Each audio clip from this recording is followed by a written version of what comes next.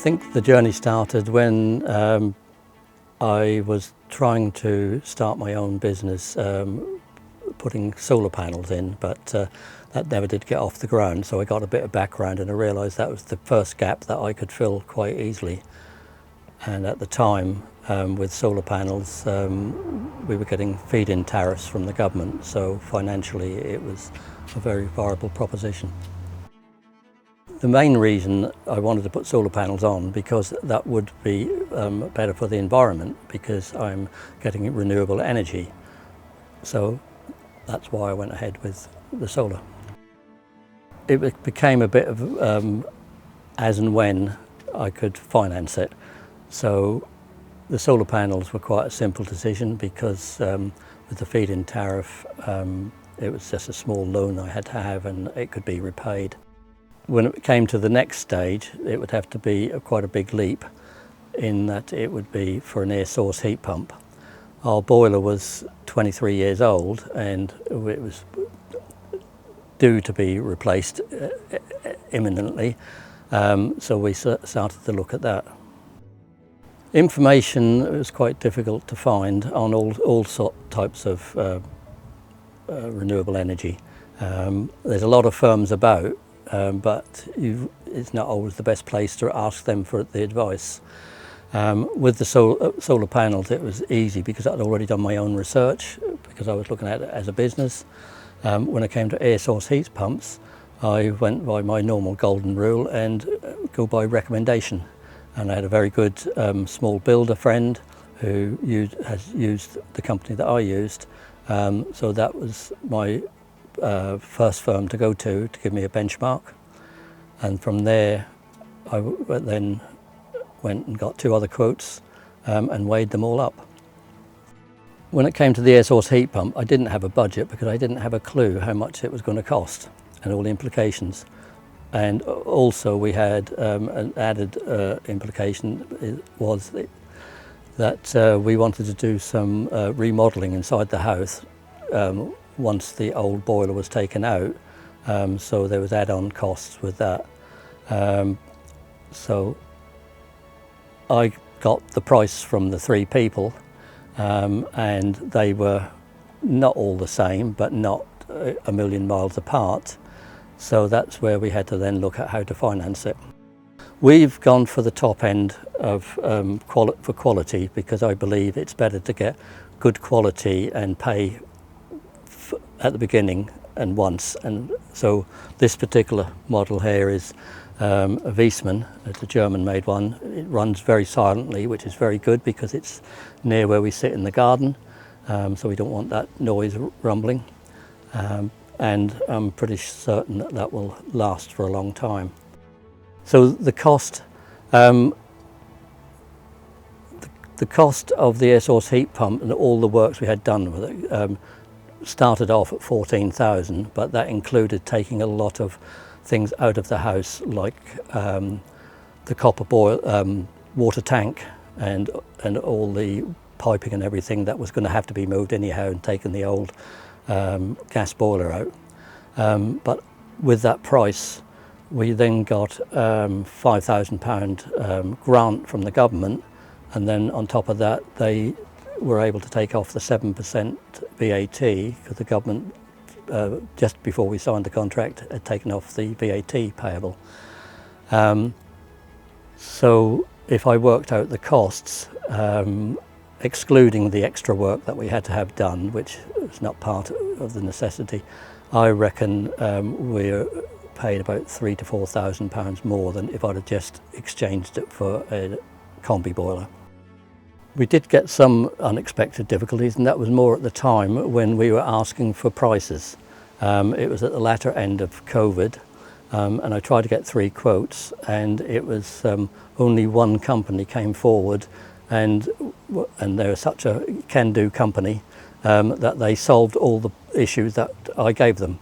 Another company kept telling me it couldn't be done, and another one wouldn't even come to the door unless I got an architect's plan drawn. I think they were saying it couldn't be done because at that time so many people were very busy, and it's a normal thing with contractors that when they get busy, they'll either put the price up or make excuses not to do it. Well, the good thing with the company I went with, as I said, they're a can-do company. I gave them quite a lot of challenges. For instance, this air source heat pump was going to be attached to the wall on the house, which is not the prettiest thing for us, and this is about 10 metres away around the back of a brick-built shed, and he was able to put it on the wall there, lag all the piping, bury it underground and bring it into the house that way. So that cost an additional about £350 to do that. The other company said that they couldn't get I had to put all the equipment up into the loft because we didn't have any spare space. So if anybody is thinking they don't have space in their house, if you've got a loft, there's space. And they were able to source a very slim water tank, hot water cylinder, which would go through the hatch, and they lagged everything in there, so it works perfectly. The only advice I'd give for people who want to retrofit, try and find somebody who you trust has already had it done, because they'll give you unbiased advice. If not, do get 3 quotes.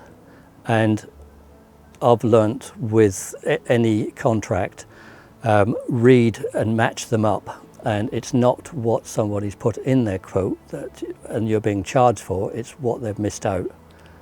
So, and then you can see and ask, if somebody's a little bit more expensive, you can ask, why are you putting this extra in, and what's the cost, and you'll often find out the others will have not put something in and probably do it at the end.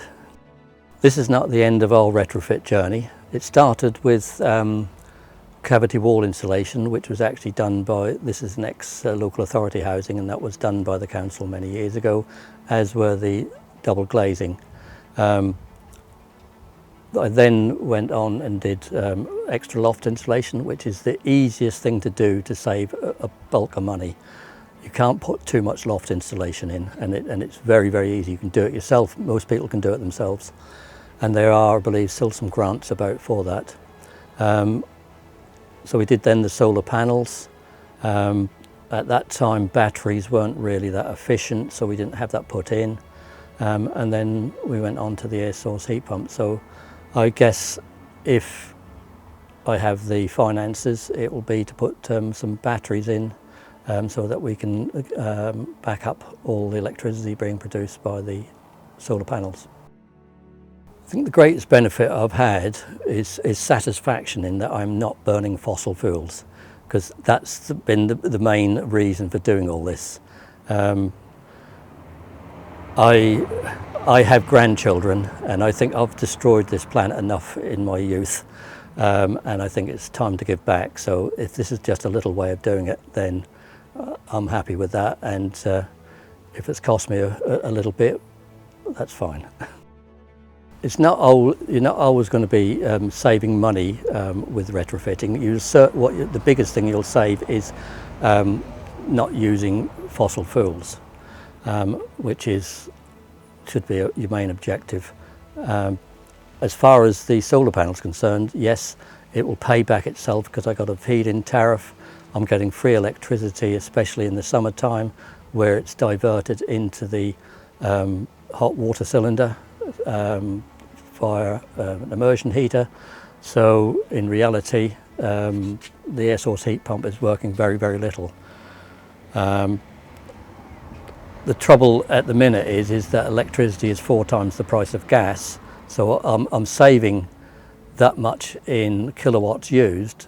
So I think it's going to come out with the air source heat pump around I don't know, just a few £100 a year saving, but the saving to the environment is enormous. If I look at the good thing with this system I've got now is I've got it all on an app, and I can actually analyse everything.